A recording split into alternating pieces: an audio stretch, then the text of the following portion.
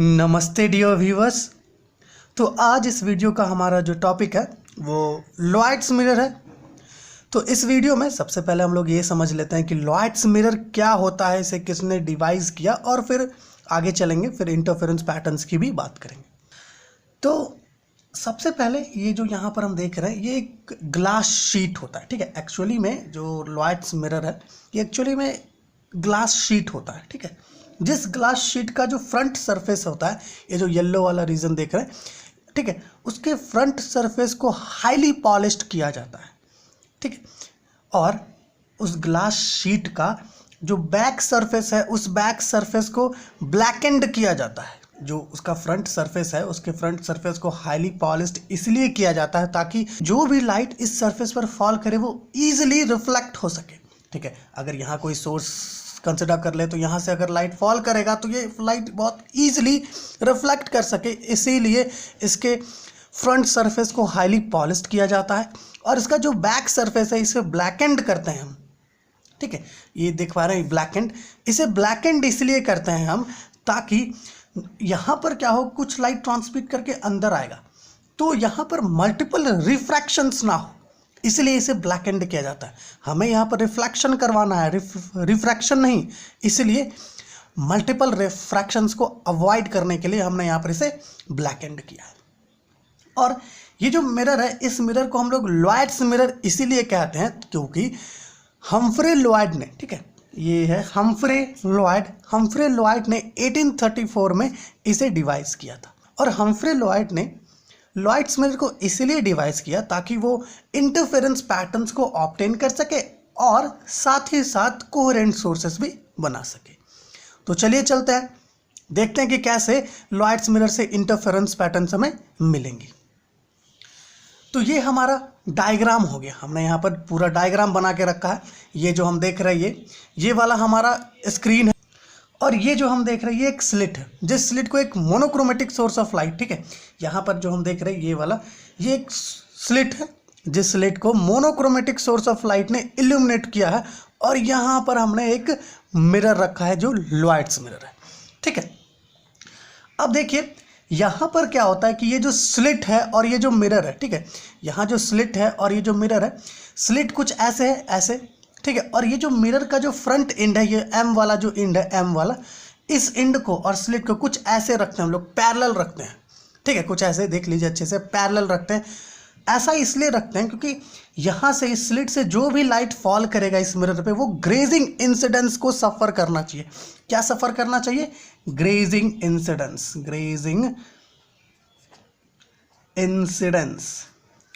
ठीक है। जो भी लाइट यहाँ से, है ना, इस स्लिट से फॉल करेगी इस मिरर पर, वो सारी लाइट ग्रेजिंग इंसिडेंस सफ़र करने चाहिए, मतलब ईजिली वो रिफ्लेक्ट हो जाए, ठीक है, ऐसे वो यहाँ पर फॉल करेगी, ठीक है।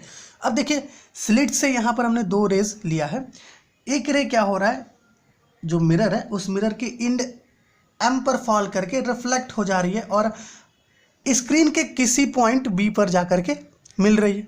और स्लिट से जो लाइट आ रही है, दूसरी रे है, वो रे एम इंड पर फॉल कर रही है और स्क्रीन पे कहीं जाकर इंड ए पर मिल रही है, ठीक है। तो अगर हम ऐसा करें कि स्क्रीन पर चले जाए और स्क्रीन पर खड़े होकर के देखें तो हमें क्या दिखेगा, ठीक है, स्क्रीन पर खड़े होकर अगर हम देखें तो हमें लगेगा कि ये जो लाइट है ये लाइट यहाँ से, मतलब एस सोर्स से ना आकर के ये कहीं पीछे से, इस मिरर के पीछे से आ रही है, ठीक है। अगर हम स्क्रीन पर जाकर के देखें तो हमें लगेगा कि ये जो लाइट यहाँ पर इस रीजन में आ रही है ये लाइट S1 सोर्स से ना आकर के ये कहीं किसी दूसरे सोर्स से आ रही है जो इस मिरर के यहाँ पर इस डायरेक्शन में रखा हुआ है, ठीक है, जिसे हम लोग यहाँ पर S2 ले रहे हैं, S2। इट मीन्स ये हो रहा है कि यहाँ पर S1 और S2 ये दोनों कोहेरेंट सोर्सेस हो गए, कोहेरेंट, ठीक है, ये दोनों कोहेरेंट सोर्सेस मिल गए हमें, जहाँ पर ये जो S1 है ये S1 रियल सोर्स है और S2 जो सोर्स है ये क्या है, वर्चुअल इमेज है रियल सोर्स S1 का, ठीक है। समझ पा रहे हैं क्लियरली इसे? अब देखिए S2 रीजन का जो लाइट होगा, मतलब ये जो वर्चुअल सोर्स है, इस वर्चुअल सोर्स का जो लाइट होगा वो इसी रीजन AB में क्या है, इनक्लोज्ड है, लिमिटेड है, इसके बाहर इसका लाइट नहीं जा रहा है, ठीक है। लेकिन सोर्स S1 से जो लाइट आ रही है, ये सोर्स S1 से जो लाइट आ रही है वो इस रीजन AB में भी है। इट मीन्स है कि ये जो रीजन है ये वाला, इस रीजन में हमें इंटरफेरेंस पैटर्न्स देखने को मिलेंगे। मतलब है कि यहाँ पर दो वेव्स इंटरफेयर करेंगी, एक जो सोर्स S2 से आ रही है और एक जो सोर्स S1 से आ रही है। तो ये जो रीजन है, इस रीजन में हमें इंटरफेरेंस पैटर्न्स देखने को मिलेंगी, जिस रीजन को हम लोग अभी सेट कर रहे हैं। क्लियरली समझ में आ रहा है? ठीक है। अब देखिए यहाँ पर आप देख पा रहे होंगे कि हमने यहाँ पर एक पॉइंट O लिया है। अब ये पॉइंट O क्यों लिया है हमने? एक्चुअली में ये जो दो सोर्सेस हैं S1 और S2, इन दोनों सोर्सेस का O क्या है? मिड पॉइंट है। ज्योमेट्रिकली ये मिड पॉइंट है S1 और S2 का, ठीक है। मतलब ये है कि ये जो O है, ये O, ये S1 और S2 से दोनों से इक्वल डिस्टेंस की दूरी पर होगा। मतलब है कि जो पाथ डिफरेंस होगा वो 0 होगा, ठीक है। अब हमने ये पढ़ा है कि जब कहीं पर भी पाथ डिफरेंस 0 होगा, ठीक है, अगर कहीं पर भी जो पाथ डिफरेंस होता है, अगर वो पाथ डिफरेंस 0 होगा, इसका मतलब ये है कि उस पॉइंट पर हमें सेंट्रल फ्रिंज मिलना चाहिए। जैसे कि यहाँ पर O पर हमें सेंट्रल फ्रिंज मिलना चाहिए। लेकिन हम देख पा रहे हैं कि जो भी इंटरफेरेंस हो रहा है वो इस रीजन AB में इनक्लोज्ड है, यहाँ O पर तो कुछ मिल ही नहीं रहा हमें। अब ये क्यों हो रहा है ऐसा? ऐसा इसलिए हो रहा है क्योंकि सोर्स S2 से जो लाइट आ रहा है वो लाइट सिर्फ इसी रीजन में लिमिटेड है, ठीक है। लेकिन सोर्स S1 से जो लाइट आ रहा है वो इस रीजन में तो जा ही रहा है, लेकिन वो O पर भी आ रहा है, ठीक है। मतलब है कि O पर जो भी लाइट आ रहा है वो सारी लाइट क्या है? इंसिडेंट लाइट है, रिफ्लेक्टेड लाइट नहीं है। तो हमने ये पढ़ा है, हम ये जानते हैं कि इंटरफेरेंस होने के लिए हमारे पास दो वेव्स होने ही चाहिए, दो लाइट सोर्सेस होने ही चाहिए, तभी इंटरफेरेंस होंगे। तो यहाँ पर तो एक ही लाइट सोर्स है, इसलिए यहाँ पर हमें किसी भी तरीके का इंटरफेरेंस पैटर्न नहीं मिल रहा। तो अगर हम चाहते हैं कि हमें O पर क्या मिले, हमें O पर इंटरफेरेंस फ्रिंज मिले, ठीक है। अगर हम चाहते हैं कि O पर हमें कोई फ्रिंज मिले तो हम क्या करेंगे? ये जो हमारा स्क्रीन है, ठीक है, जो हमारा स्क्रीन है, इस स्क्रीन को हम लोग इस तरीके से शिफ्ट करेंगे कि ये स्क्रीन, ये जो मिरर MN है, इस MN का जो इंड N है, इस इंड N के साथ सुपर इम्पोज कर जाए। कुछ ऐसे हम लोग स्क्रीन को शिफ्ट करेंगे इधर, ताकि ये जो हमारा स्क्रीन है वो इंड N के साथ, मिरर का जो इंड N है उसके साथ सुपर इम्पोज कर जाए। चलिए देख लीजिए कुछ ऐसे, ठीक है। यहाँ पर ये जो डॉटेड रेड लाइंस आप देख रहे हैं, ये डॉटेड रेड लाइंस जो है ये आपका, चलिए मान लीजिए कि स्क्रीन हो गया, ठीक है। तो स्क्रीन को हमने क्या किया? थोड़ा सा शिफ्ट कर दिया और ये स्क्रीन जो है मिरर का जो इंड N है, इस इंड N से वो सुपर इम्पोज कर गया। तो यहाँ पर ये वाला जो पॉइंट है, ये वाला, ये यहाँ पर हमें क्या मिलेगा? यहाँ पर हमें एक फ्रिंज मिलेगा, यहाँ पर, ठीक है। यहाँ पर क्या मिलेगा? यहाँ पर हमें एक फ्रिंज मिलेगा, जो फ्रिंज डार्क फ्रिंज होगा, ठीक है। यहाँ पर हमें एक फ्रिंज तो मिलेगा, लेकिन ये फ्रिंज ब्राइट ना होकर के डार्क मिलेगा, ठीक है। अब देखिए डार्क फ्रिंज यहाँ पर क्यों मिल रहा है? इसका कारण है, इसका कारण ये है कि यहाँ पर क्या हो रहा है कि एक लाइट तो रिफ्लेक्टेड लाइट है और एक इंसिडेंट लाइट है। आपको ध्यान देना होगा अच्छे से। यहाँ पर इस पॉइंट पर क्या हो रहा है? एक लाइट इंसिडेंट आ रही है और फिर वहीं पर उसी पॉइंट पर क्या हो रहा है? वो रिफ्लेक्ट भी हो रहा है ना। मतलब ये है कि यहाँ पर डिस्ट्रक्टिव इंटरफेरेंस हो रहा है। देखिए कैसे, ये मान लेते हैं कि हमारे पास कुछ इस तरीके से एक वेव है और मान लीजिए कि कुछ इस तरीके से एक वेव है।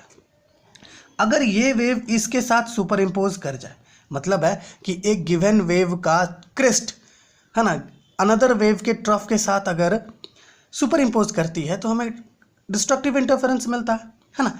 लेकिन अगर हम क्या करें कि इस वेव को पाई डिग्री, ठीक है, मतलब 180 डिग्री अगर हम लोग इसको रोटेट कर दें तो बिल्कुल सेम वेव हमें मिलेगा, है ना। इट मीन्स है कि यहाँ पर इन दोनों वेव्स के बीच, है ना, मतलब है कि जो लाइट वेव है, जो इंसिडेंट लाइट है और जो रिफ्लेक्टेड लाइट है, इन दोनों के बीच हमारे पास एक फेज एंगल मिल रहा है, या ऐसा कहीं फेज डिफरेंस मिल रहा है जो पाई का है, ठीक है। यहाँ पर पाई का एक फेज डिफरेंस हमें मिल रहा है, जिसके कारण यहाँ पर हमें ब्राइट फ्रिंज ना मिल करके डार्क फ्रिंज मिल रहा है। समझ रहे हैं ना। अब कंडीशंस होते हैं मैक्सिमा और मिनिमा के, वो एक बार नोट कर लेते हैं, ठीक है। तो चलिए जो कंडीशंस होते हैं उसे हम लोग यहाँ पर ही नोट कर लेंगे। अब देखिए होता क्या है कि जो हमारा जो मैक्सिमा का कंडीशन होगा, ठीक है, मैक्सिमा का, क्योंकि यहां पर क्या हो रहा है, डिस्ट्रक्टिव इंटरफेरेंस हो रहा है, हमें डार्क फ्रिंज मिल रहा है, तो उस केस में जो मैक्सिमा का कंडीशन होगा वो क्या होगा, वो कंडीशन होगा 2n+1 λ/2। मतलब है कि जो कंडीशन होगा मैक्सिमा का वो क्या होगा, वो होगा ऑड मल्टीपल्स ऑफ λ/2। मतलब उस केस में जो पाथ डिफरेंस होगा वो क्या होगा, ऑड मल्टीपल्स ऑफ λ/2। लेकिन जो मिनिमा होगा इस केस में जो मिनिमा होगा वो क्या होगा, इवन मल्टीपल्स ऑफ λ/2। मतलब path difference is even multiple of λ/2। कुछ ऐसा देख लीजिए 2n λ/2, ठीक है। लेकिन जब हम लोग आगे चलेंगे, आगे जब हम लोग फ्रेजनेल्स बाइप्रिज्म पढ़ेंगे, यंग्स डबल स्लिट पढ़ेंगे, हम देखेंगे कि वहाँ पर जो मैक्सिमा होता है और मिनिमा होता है उनका जो कंडीशन होता है वो रिवर्स होता है। मिनिमा के केस में ये वाला कंडीशन मिलेगा और मैक्सिमा के केस में ये वाला मिलेगा, ठीक है। क्योंकि वहाँ पर जो सेंट्रल फ्रिंज हमें मिलता है वो डार्क ना मिल करके ब्राइट मिलता है, वो आगे हम लोग डिस्कस करेंगे। तो आज इस वीडियो में हमने जो डिस्कस किया वो आपका लॉयड्स मिरर है, और ये आप देख ही पा रहे हैं कि हम्फ्रे लॉयड ने 1834 में इस मिरर को बनाया ताकि वो इंटरफेरेंस पैटर्न और कोहेरेंट सोर्सेस बना सके। आपने यहाँ पर देखा कि S1 और S2 ये दो कोहेरेंट सोर्सेस यहाँ पर बने, ठीक है। S1 जो है ये रियल सोर्स है और S2 जो है ये इस रियल सोर्स का वर्चुअल इमेज है। तो चलिए इस वीडियो को यहीं पर समाप्त करते हैं, मिलते हैं आपसे अगले वीडियो में जिसमें फ्रेजनेल्स बाइप्रिज्म को डिस्कस करेंगे। और हमारा एक वीडियो है डिवीजन ऑफ एम्पलीट्यूड और डिवीजन ऑफ वेव फ्रंट का, अगर वो वीडियो आपने नहीं देखा है तो आप देखिए, उसका लिंक आपको डिस्क्रिप्शन में मिलेगा।